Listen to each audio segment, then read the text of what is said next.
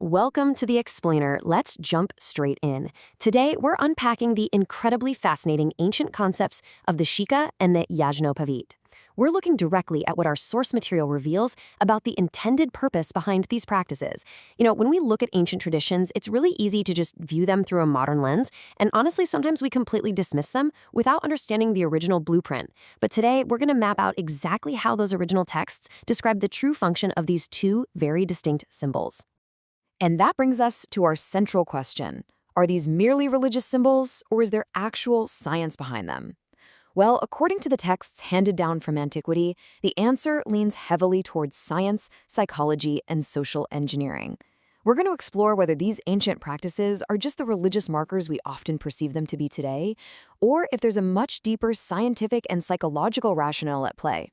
The source material makes some absolutely bold claims about human welfare here, so let's see exactly how it all breaks down. Section 1. Symbols and their significance. The origin of ancient symbols.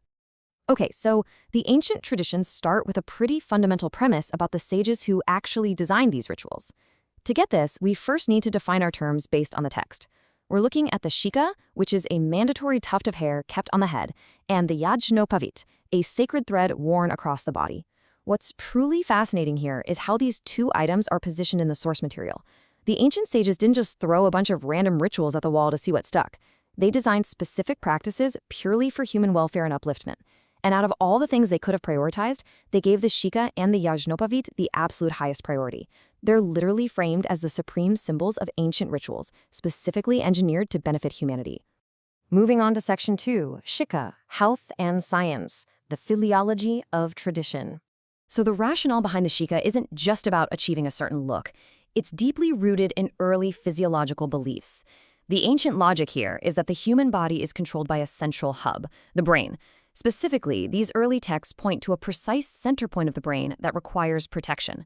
By keeping the Shikha, that very specific tuft of hair, right over that exact spot, this central point is physically shielded. The crucial takeaway the texts emphasize is that by protecting this specific center, the overall physical and mental health of the entire body is maintained. It's essentially described as a physical shield for your body's most critical control center. And this brilliant underlying philosophy is summed up so simply in the text. It says, only a life that is healthy in body and mind is life in the truest sense. Think about that for a second. Living a life burdened by illness isn't truly living, right? It's just carrying a load. Because the Shikha is believed to protect the brain and ensure this vital mind-body health, the texts elevate it way beyond a mere tradition. It becomes an essential, indispensable tool for what they called life building. The implication is clear. Without health, the whole shebang falls apart. Section 3, a thread of unity in diversity. The unifying denominator. Now, the benefits described go well beyond the physical and actually ripple out into the macro-level social structure. Historically, society was heavily fragmented. It was filled with various sects, castes, differing beliefs, and just countless separate customs. It essentially looked like a society fractured into 1,000 little pieces. Yet, against that backdrop, the source material explains that the Shikha acted as a singular, powerful unifying denominator. It was an anchor of integration. From the most marginalized individual all the way up to the wealthiest king, the Shikha was the one constant. It acted as an equalizing unit that connected everyone, providing a shared thread of identity across a deeply, deeply divided society.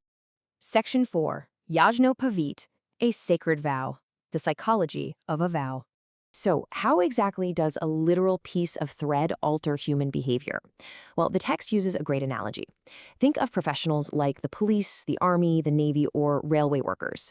They all wear uniforms. Why? Because a uniform is a constant physical representation of duty.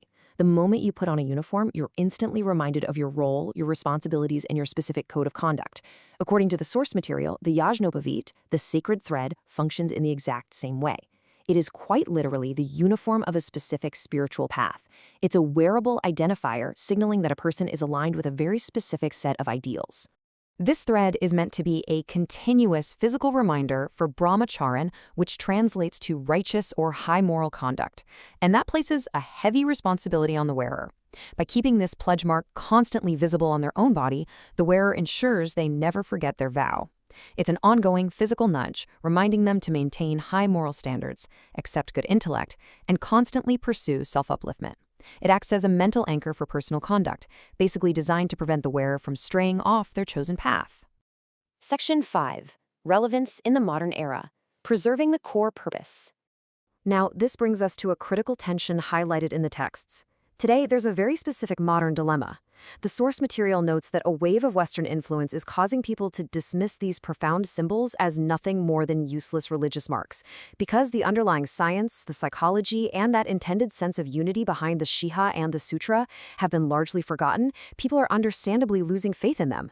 The text argues that it's absolutely essential to spread awareness of these intended psychological and scientific benefits, because at the end of the day, without understanding the why behind the symbol, people just can't derive the maximum benefit from it.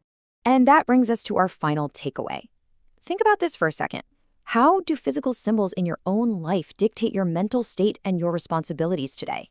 Even if you don't wear a Shikha or a Yajnopavita, these psychological principles are completely universal. Whether it's a military uniform, a medical coat, or honestly, even a wedding ring, wearable reminders powerfully impact our focus, our commitments, and our behavior. It really challenges us to think about how physical objects can serve as anchors for our highest ideals.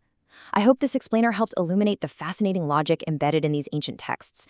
Thank you so much for joining me, and keep exploring the deeper meaning behind the world around you.